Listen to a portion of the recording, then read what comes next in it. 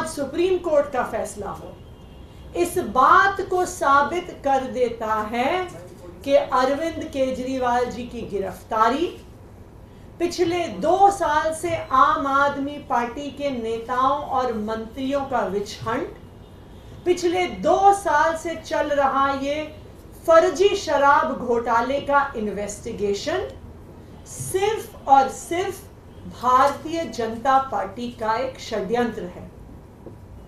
Bharatiya Janata party आम आदमी party का, दिल्ली सरकार का, दिल्ली के लोगों का काम रोकने के लिए साजिश रच रही है और इसीलिए उन्होंने दिल्ली के चुने हुए मुख्यमंत्री को एक फर्जी केस में बिना किसी सबूत के जेल में डाल दिया। राउज एवेन्यू कोर्ट ने जब अरविंद केजरीवाल जी को जमानत दी थी तो बहुत स्पष्ट तौर पर कहा, और एक बार नहीं बार बार कहा, कि इन्फोर्समेंट डायरेक्टोरेट के पास अरविंद केजरीवाल जी के खिलाफ कोई सबूत नहीं है।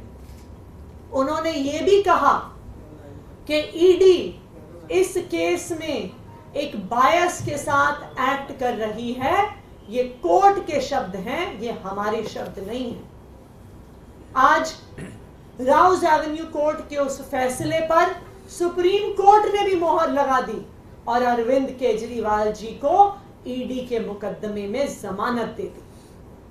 लेकिन भारतीय जनता पार्टी को यह पता था, उनको पता था कि राउज एवेन्यू कोर्ट से जमानत मिल गई है, उनको पता था कि सुप्रीम कोर्ट से भी जमानत मिल जाएगी। इसीलिए उन्होंने एक और षड्यंत्र रचा और सुप्रीम कोर्ट में जिस दिन अरविंद केजरीवाल जी की जमानत का केस आना था, उससे पिछले दिन अपने एक और राजनीतिक हथियार सीबीआई से अरविंद केजरीवाल जी को गिरफ्तार करवा लिया। क्यों किया गिरफ्तार सीबीआई से?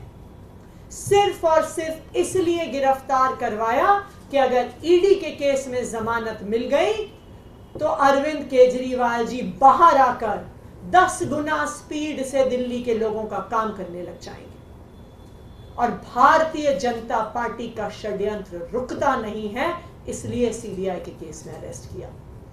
मैं आज भारतीय जनता पार्टी को यह कहना चाहती हूं कि इस देश के एक के बाद एक हर न्यायालय ने आपके षड्यंत्र का पर्दाफाश किया। एक के बाद एक न्यायालय ने कहा है कि अरविंद केजरीवाल जी के खिलाफ सबूत नहीं है और आज एक के बाद एक हर न्यायालय अरविंद केजरीवाल जी को जमानत दे रहा है। मैं भारतीय जनता पार्टी को यह कहना चाहूंगी कि अपना घमंड खत्म करिए, अपना अहंकार खत्म करिए और बाकी पार्टियों के खिलाफ, लोकतंत्र के खिलाफ षड्यंत्र रचना बंद करिए। सत्य परेशान हो सकता है लेकिन पराजित नहीं हो सकता। अरविंद केजरीवाल की ये जमानत आज पूरे देश के सामने ये साफ कर देती है कि अरविंद केजरीवाल सत्य के साथ खड़े थे, खड़े हैं और खड़े रहेंगे।